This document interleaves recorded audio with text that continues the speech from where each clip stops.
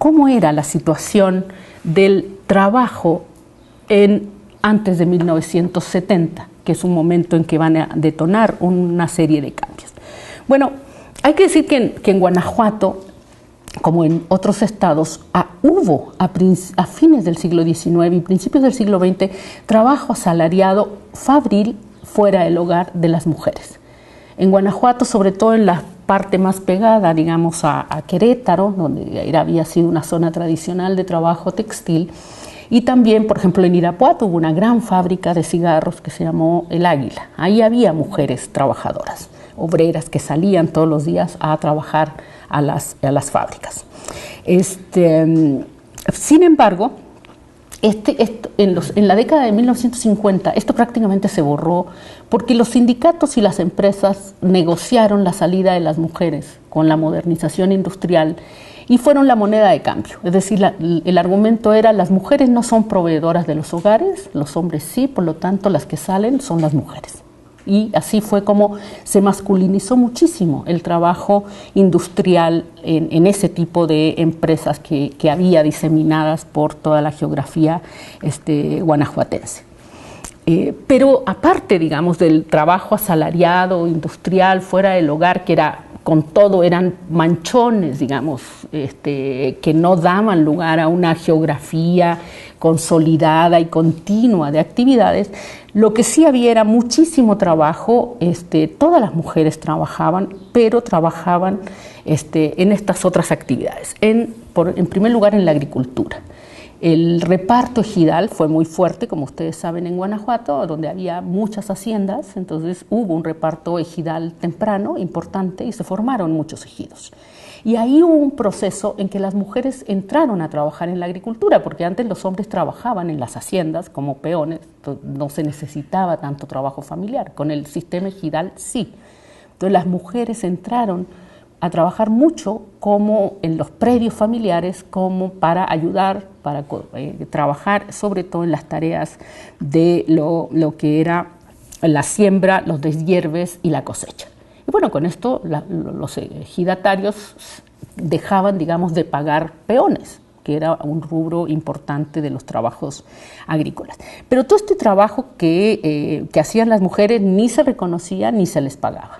O sea, entraba a la familia, digamos, al grupo doméstico.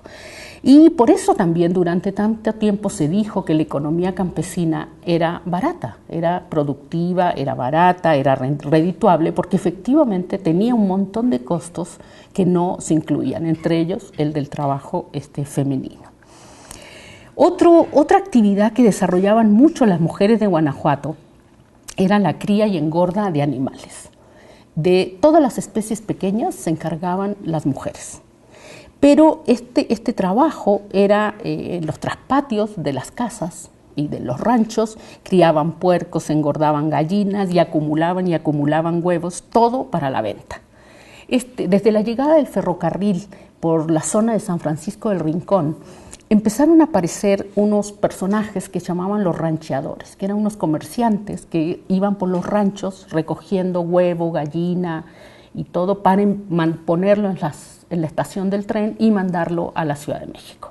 Entonces las mujeres empezaron a criar muchísimos más animales para poder abastecer a estos rancheadores. Y con eso las mujeres obtenían dos cosas, dos recursos. Uno, los rancheadores normalmente llevaban telas y todas las cosas para coser. Entonces las mujeres, como hacían toda la ropa de los hogares, cambiaban, digamos, los animalitos por telas, hilos, listones, etcétera, ¿no? Más sobre todo cuando había fiesta. Y también recibían dinero en efectivo. Es decir, era una forma muy directa de recibir dinero en efectivo. Sobre todo dinero en efectivo en una sociedad donde predominaban los ejidos, donde había productos, pero no había dinero, ¿sí? Normalmente los ejidatarios producían lo que se comían, pero los excedentes eran temporales, lo que se podía vender al final de las cosechas. Pero mucho del dinero de efectivo cotidiano venía del ingreso de las mujeres.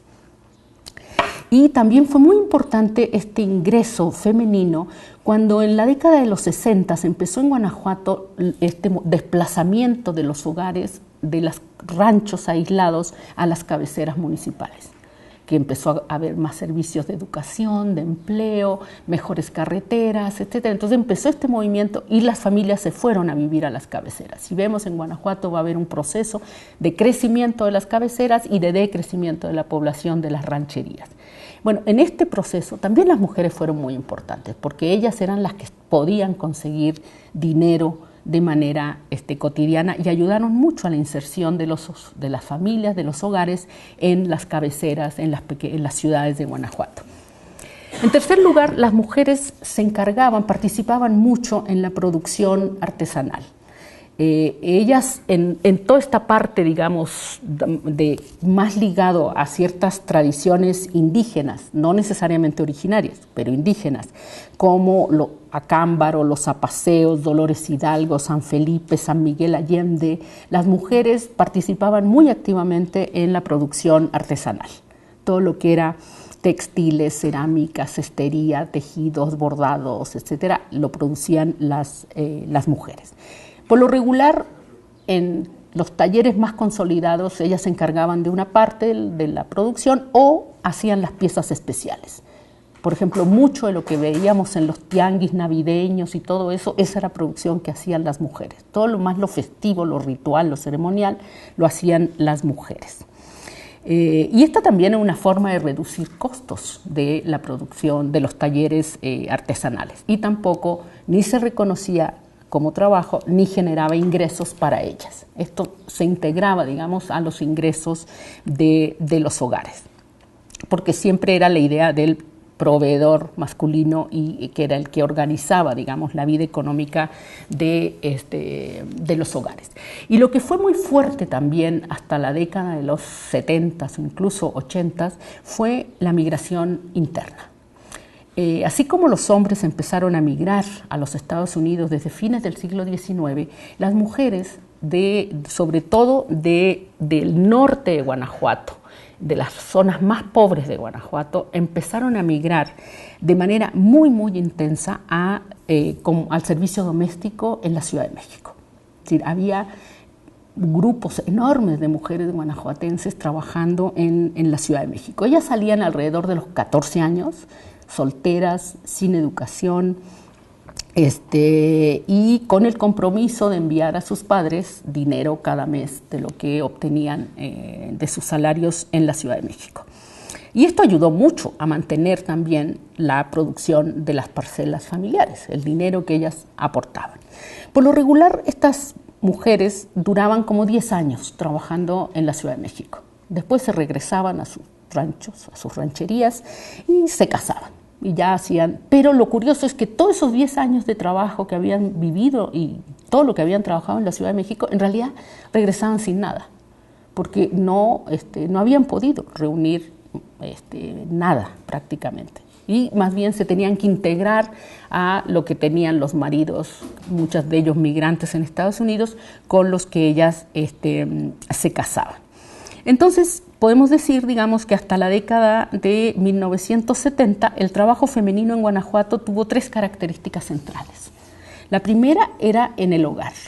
Básicamente las mujeres trabajaban mucho, pero todo lo que hacían lo hacían en el hogar, salvo las que migraban al DF. Y esto ayudaba mucho a que no se visibilizara ni se conceptualizara como trabajo, ¿sí? Permitía también ocultar cómo se iban modificando los ingresos en efectivo con los productos, ¿sí? Porque no se contabilizaba de esa manera. Por otro lado, había el otro gran argumento, característica del trabajo femenino, era que se definía como que era una ayuda y una complementariedad, ¿sí? Nunca, no se concebía como algo imprescindible, sino que era algo que formaba parte de esas nociones de ayuda, complementariedad, solidaridad con el hogar, etc. Así se definía el trabajo femenino. Y en ese sentido, como no era imprescindible, tampoco generaba derechos distintos para las mujeres en los hogares.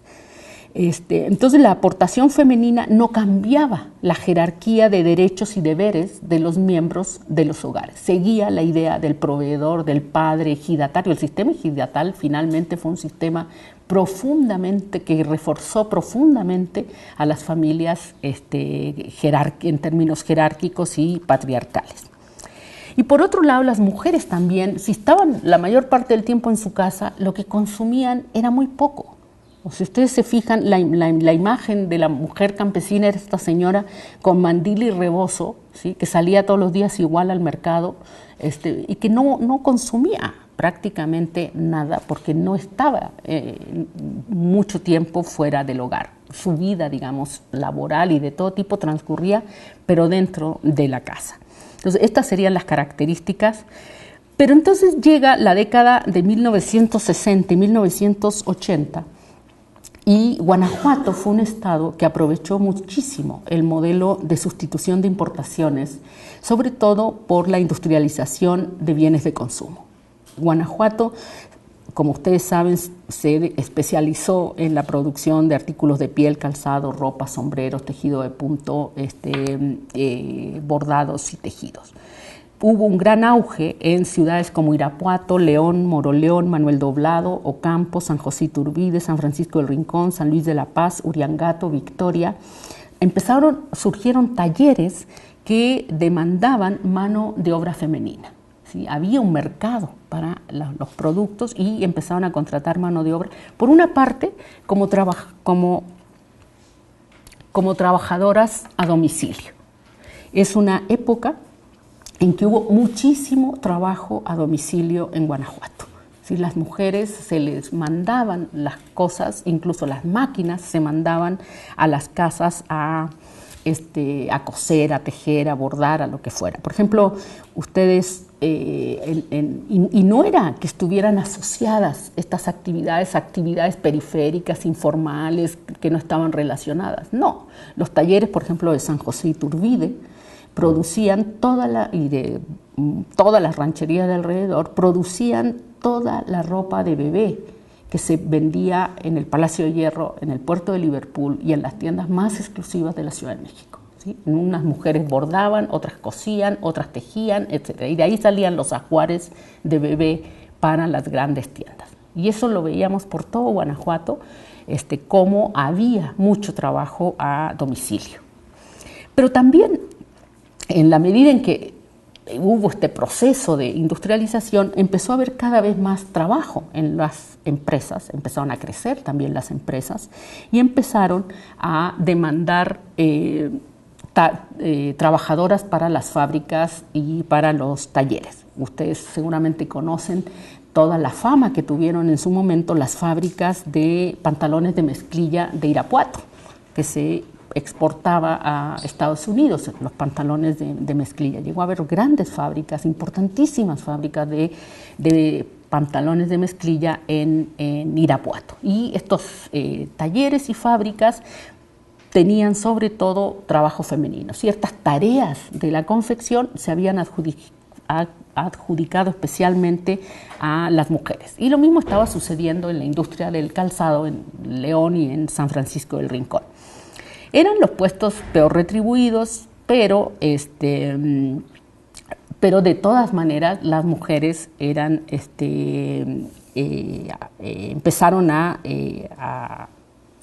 salir, digamos, a trabajar a estas fábricas. Otro lugar fundamental en Guanajuato que se convirtió en un ejemplo a nivel nacional fue la producción de prendas de tejido de punto en en Moroleón y en Uriangato. Sí, lo que sucedió en Moroleón fue verdaderamente impresionante en términos de industrialización y de expansión del empleo femenino en los talleres, en el trabajo a domicilio y en el comercio. La tercera vía de expansión del empleo femenino en esta época fue que muchas mujeres se convirtieron en esta etapa en empresarias, en pequeñas empresarias, pero en pequeñas empresarias muy exitosas.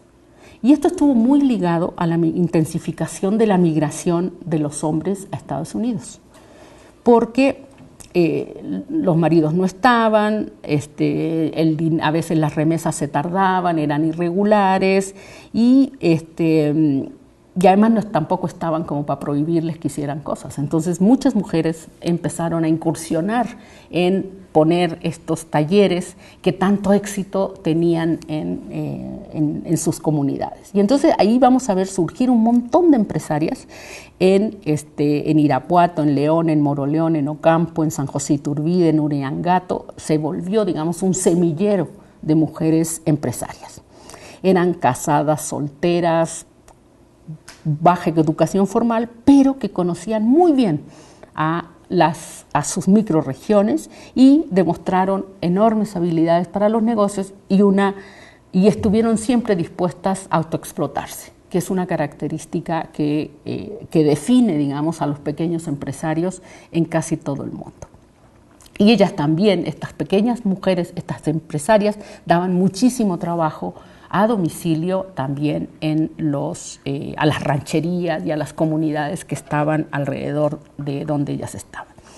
Entonces lo que vamos a ver, digamos, en la etapa de sustitución de importaciones es que se amplió muchísimo la franja de trabajo asalariado femenino fuera del lugar. Por primera vez empezó a crecer muchísimo.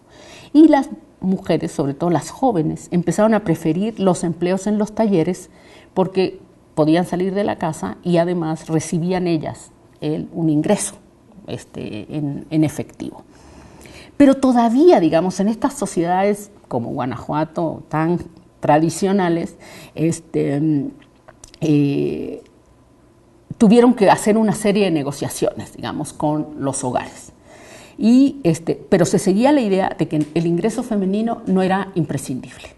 ¿Sí? O sea, en realidad los hogares no lo necesitaban tanto. ¿Sí? El padre, el proveedor, seguía siendo el que recibía, se suponía, el principal ingreso.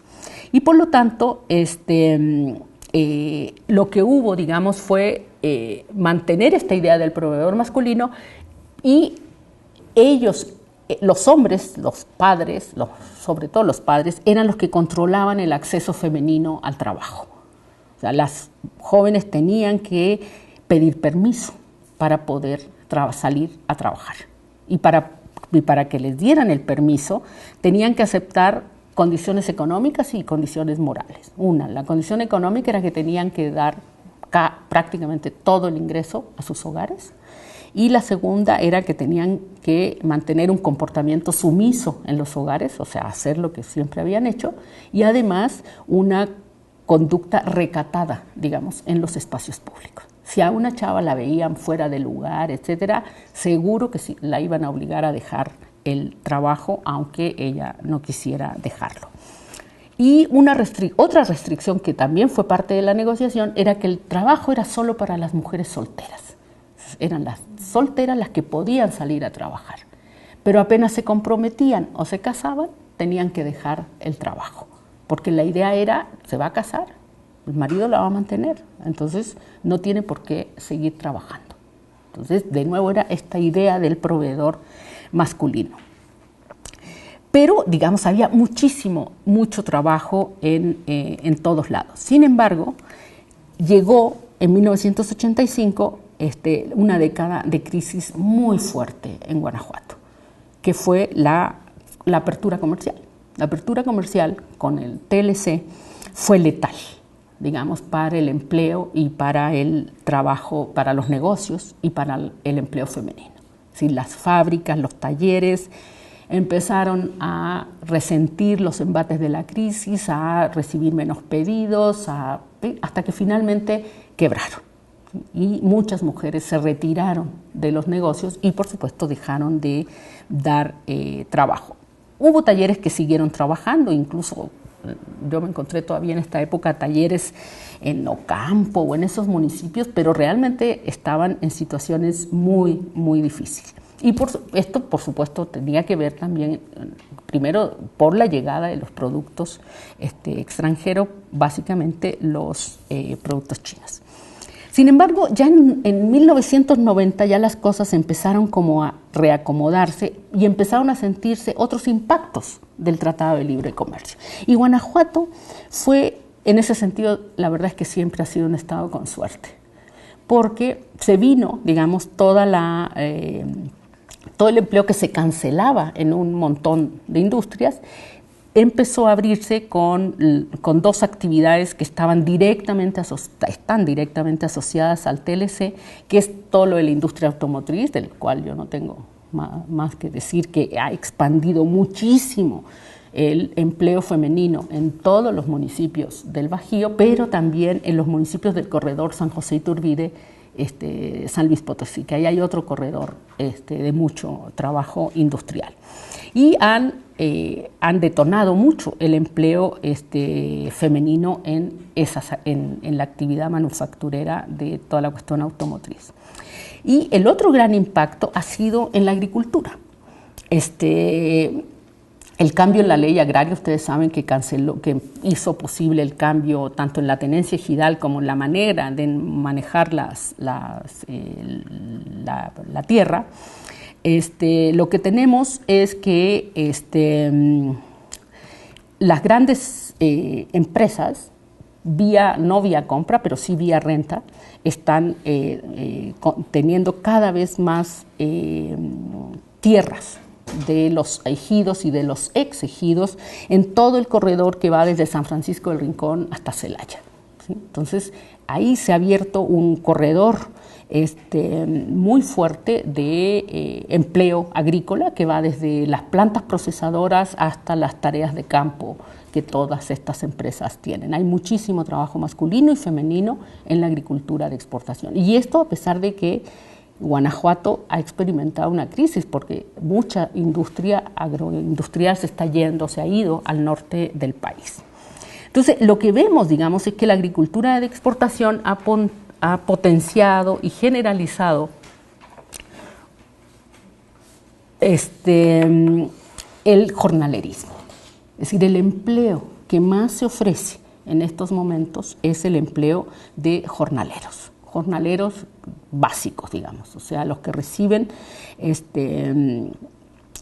trabajo por jornal, por una semana, por 2 semanas, etcétera. Pero hay mucho trabajo. De hecho, nos hemos encontrado casos de jornalerismo semanal, o sea, van los camiones a una comunidad remota del norte de Guanajuato y se llevan a jóvenes, hombres y mujeres, a trabajar, por ejemplo, a Celaya, y los llevan de un campo a otro en Celaya, y los fines de semana los regresan a sus comunidades para que descansen, para que dejen dinero, etcétera, y el lunes temprano los vuelven a llevar al Bajío porque no hay mano de obra para la cantidad de trabajo, pero también por la cantidad de negocios y de agronegocios que hay en todo este corredor. Pero indudablemente es un trabajo muy precarizado.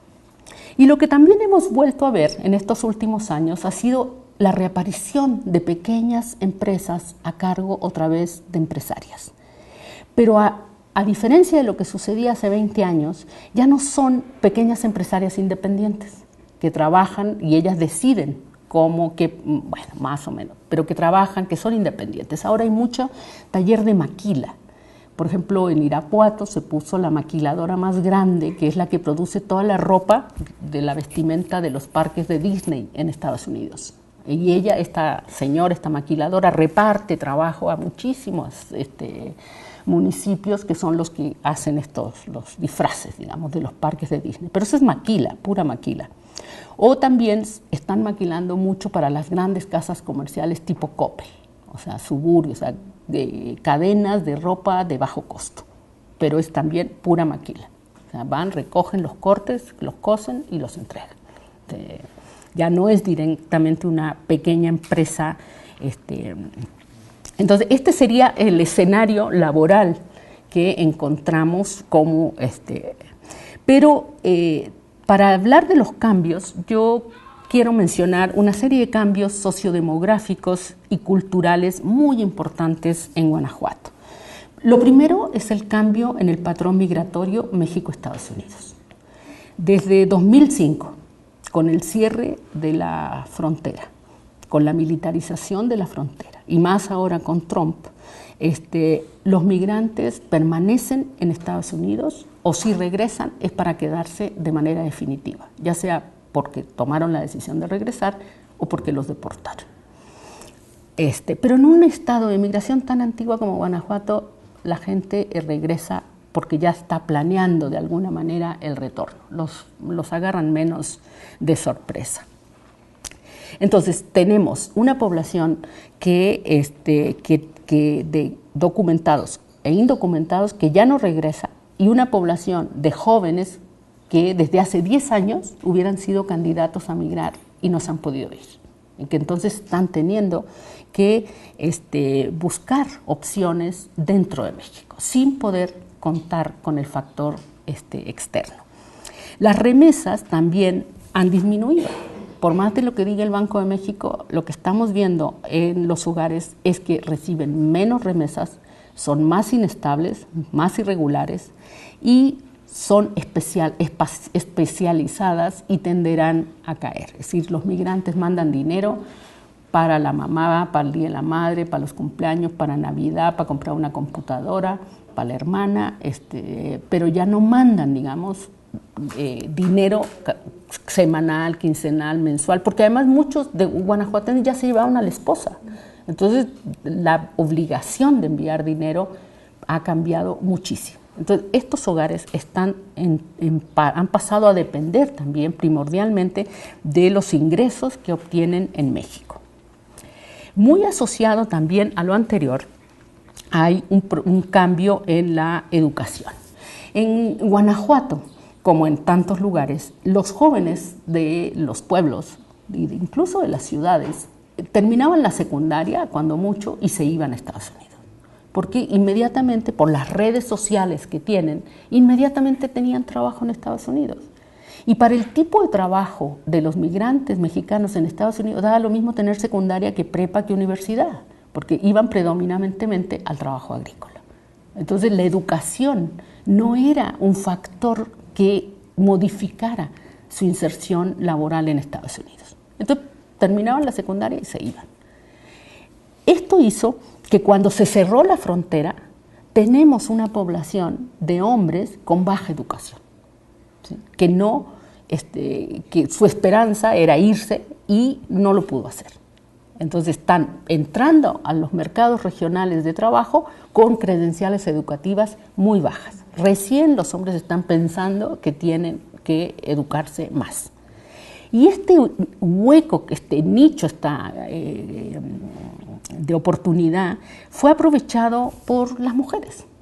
Hubo un estudio muy bonito que hizo Margarita Estrada, una investigadora de Ciesas, en una ranchería muy cerca de Moroleón, donde ella encontró que la migración de los hombres había facilitado la migración, el incremento de la educación de las mujeres. Si los hombres mandaban dinero a las casas y las chicas, aprovechando que había dinero y sobre todo que había trabajo, porque en ese momento Moroleón daba muchísimo trabajo, entonces las mujeres empezaron a estudiar porque podían insertarse mejor en el mercado de trabajo de Moroleón. Entonces se volvieron contadoras, diseñadoras, una serie de carreras, porque con eso conseguían trabajo en Moroleón, que en ese momento era muy dinámica. Entonces, lo que tenemos en estos últimos 10 años, antes lo que veíamos en Guanajuato era que se había incrementado de manera paralela la educación femenil y la educación masculina, porque no veíamos más allá de la secundaria. Ahora lo que vemos es cómo hay muchas más mujeres tendencialmente con educación superior o hay más años de escolaridad que los hombres que esperaban irse a los Estados Unidos y que no lo pudieron hacer. Pero también hay que hablar de que en muchas ciudades medias de Guanajuato y incluso en ciudades pequeñas, la oferta educativa ha aumentado mucho. Es decir, en lugares pequeños hay universidades públicas y privadas, patitos o lo que sea, pero hay. Y esto hace también que ese argumento que tenían las familias para no dejarlas trabajar, que era, ¿cómo va a ir a estudiar a Guanajuato? Bueno, se acabó porque ahora la universidad llegó ahí a Dolores Hidalgo, llegó a San José Iturbide y ya no pueden ir, digamos, a estudiar. Entonces, sí ha habido un cambio muy fuerte en la educación de la población Y esto está afectando, digamos, lo que les voy a decir a continuación. Y también, bueno, esta salida de mujeres a los mercados de trabajo, a todos los mercados de trabajo, ha llevado a un incremento, digamos, del consumo. Las mujeres se han vuelto consumidoras, nos guste o no nos guste. A veces nos gusta, pero hay una importancia, digamos, de la presentación, ¿sí? La ropa, accesorios, cuidado personal, maquillaje. Si ustedes, cualquier colonia, cualquier pueblo, cualquier ranchería, hay quien ponga uñas, por ejemplo, ¿sí? De esas uñas así, todo el mundo. Sí, y la buena presentación, a mí sí me ha pasado que en las empresas les exigen buena presentación, aunque sea la secretaria más del rango más bajo, le van a exigir que vaya bien presentada. Entonces, por eso de repente es una demanda de las chavas que haya uniforme, por lo menos que lo pague la empresa, ¿no? Porque si no, tienen que comprar muchísima más o destinar mucho más dinero para poder comprarse cosas, ¿no?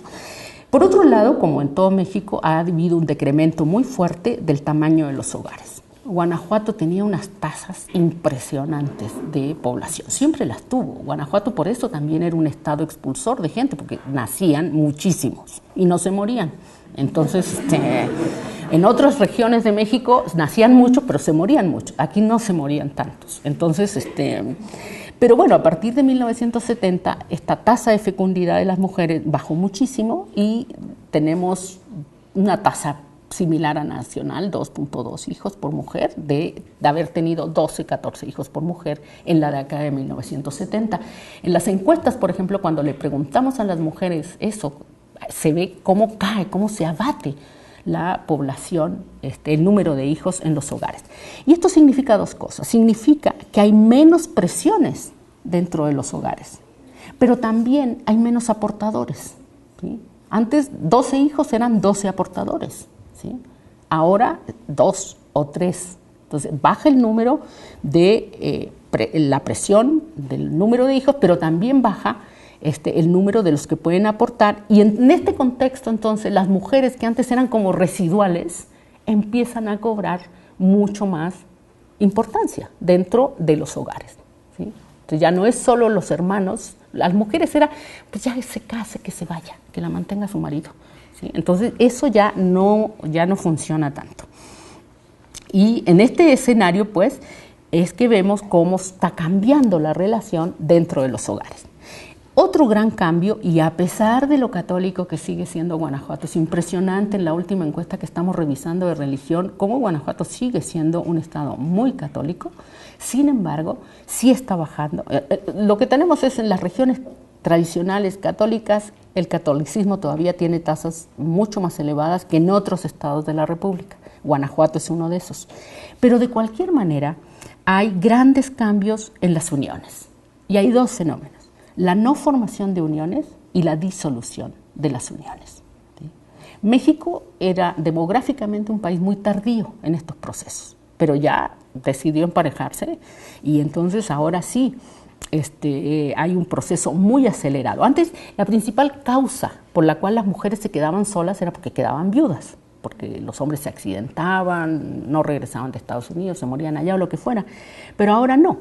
Ahora las mujeres son madres solteras, algunas por mala suerte, pero también por voluntad, y hay muchas mujeres dejadas, pero también las que deciden separarse, divorciarse, salir de relaciones de maltrato, etc.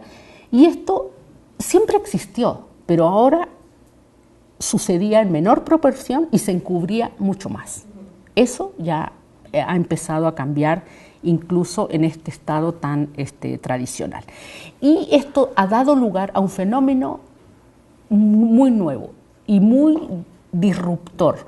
Antes las mujeres cuando salían y se iban a vivir al hogar de los maridos o hacían vivienda unifamiliar, o sea, vivienda independiente, o se iban a la casa de los maridos, nunca regresaban a los hogares de sus padres, o sea, salían y era para siempre. Pero ahora, con los divorcios, con las separaciones, vemos este fenómeno nuevo, sociológicamente hablando, de mujeres que regresan a los hogares de origen y las madres solteras que nunca salen, o sea, que deciden tener hijos y no salen del hogar de sus padres. Entonces lo que tenemos, digamos, esos son como los fenómenos demográficos. Y en ese sentido, el empleo, lo que tenemos, las características de este último periodo de ahorita, sería en primer lugar, la precarización del empleo. Eso sí es lo más generalizado. Existe mucho empleo, pero el empleo es precario en términos de ingresos y de condiciones de trabajo. ¿Sí? Lo que más abunda es el jornalerismo, ¿sí? Para hombres y para mujeres. Un salario en estos momentos en Guanajuato es de 1.400 pesos a la semana en una empresa formal, más prestaciones mínimas de ley. Un jornalero puede sacar a la semana algo así, pero nadie le garantiza que tenga trabajo la semana siguiente y no tiene ninguna prestación ni nada, ¿sí? Entonces, y además no hay movilidad laboral. Antes, en el modelo de sustitución de importaciones, veíamos que las empresas tenían unos escalafones y había muchas posibilidades de ascenso laboral. En este momento no, ¿sí? Eres obrero básico, ¿sí? Y nadie, por más de que le puedes hacer la lucha, pero no vas a cambiar de categoría y por lo tanto no se va a incrementar tu ingreso. En ese sentido, pues, lo que tenemos es que no hay ningún hogar que pueda vivir de un solo ingreso. Lo que tenemos en Guanajuato es un fenómeno de pluriactividad y pluriempleo. Es decir, los hogares viven de una combinación de ingresos y de salarios donde todos los miembros del hogar, hombres y mujeres, deben ser aportadores. Los hogares no sobreviven de un solo ingreso, menos de un ingreso irregular y precario como el trabajo jornalero, que es el que más se ofrece a los hombres. Estos hogares pueden ser inestables y pueden ser cambiantes, pero deben ser constantes. Si no nadie puede dejar de percibir ingresos. Pero hay grandes diferencias regionales. En el Bajío, en todas las zonas urbanas y en las regiones rurales prósperas, como todo el corredor del Bajío, el principal componente del ingreso de los hogares es el trabajo asalariado. Es decir, lo que obtienen el padre, la madre, los hijos, las hijas, etc., sigue siendo el componente más fundamental del ingreso de los hogares, ya sea por trabajo asalariado o por trabajo por cuenta propia. Pero en las regiones pobres de Guanajuato, en toda la franja norte, incluso en muchos lugares del sur de Guanajuato, pegado a Michoacán, lo que vemos es que los hogares sobreviven de subsidios. Y vamos a ver de dos tipos de subsidios. Uno, que es el que va disminuyendo, que era la remesa que mandaban los familiares desde Estados Unidos para los hogares, que como les digo es cada vez menos, y cada vez más de las transferencias públicas que llegan a través de los diversos programas de subsidio a la pobreza. ¿Sí? Entonces, lo que tenemos es, y entonces lo que vemos, digamos, en todo escenario es la pérdida de centralidad que tenía el proveedor masculino. La precariedad afecta en este momento sobre todo a los hombres. Entonces los hombres no pueden sostener esta imagen, esta idea, esta posibilidad de ser proveedores para solventar la sobrevivencia y el bienestar de sus hogares. Y esto, digamos, sí está afectando de manera muy conflictiva todas las relaciones dentro de los hogares. Esa idea vieja que teníamos los antropólogos de la solidaridad a toda prueba, de que todos jalamos parejo, eso hay que ponerlo, digamos, a la discusión y a la evidencia empírica. Mi evidencia empírica muestra tremendas contradicciones y enormes conflictos en los hogares. Y obviamente lo que se advierte pues es la imprescindibilidad de los ingresos femeninos. Las mujeres de todas las edades y de todas las condiciones sociales juegan un papel central y no solo ya no piden permiso, sino que son presionadas a integrarse y a permanecer y a no dejar de percibir ingresos de la manera que sea. En ese sentido es que yo digo que se ha pasado del permiso a la obligación. A diferencia de lo que sucedía antes, las jóvenes ya no son presionadas para que se casen a corta edad. Y yo tengo la sospecha de que muchas mujeres se embarazan como una manera de intentar salir de los hogares o de cambiar la relación de poder, digamos, dentro de los hogares. Pero todavía tengo que trabajar más en eso. Mientras más tiempo permanezcan en los hogares de origen, más tiempo ese hogar tendrá ingresos de esas mujeres que están ahí, sí. Y no, ya, como les dije, no son complementarios. Y en el caso de los hogares, muchos que viven de los subsidios públicos, las mujeres son las gestoras, las que tienen que hacer todas las tareas para que se consigan, para que lleguen y se mantengan los subsidios, las becas de oportunidades, incluso en muchos lugares también los subsidios que vienen a la agricultura. Bueno, yo solo para terminar, y ahora voy a decir que estos nuevos escenarios laborales y de vida de los grupos domésticos y de las mujeres en Guanajuato es de Guanajuato, pero también está sucediendo en México. Los hogares no pueden vivir de un solo ingreso, lo que ha detonado la incorporación de las mujeres a todos los mercados de trabajo a los que puedan acceder.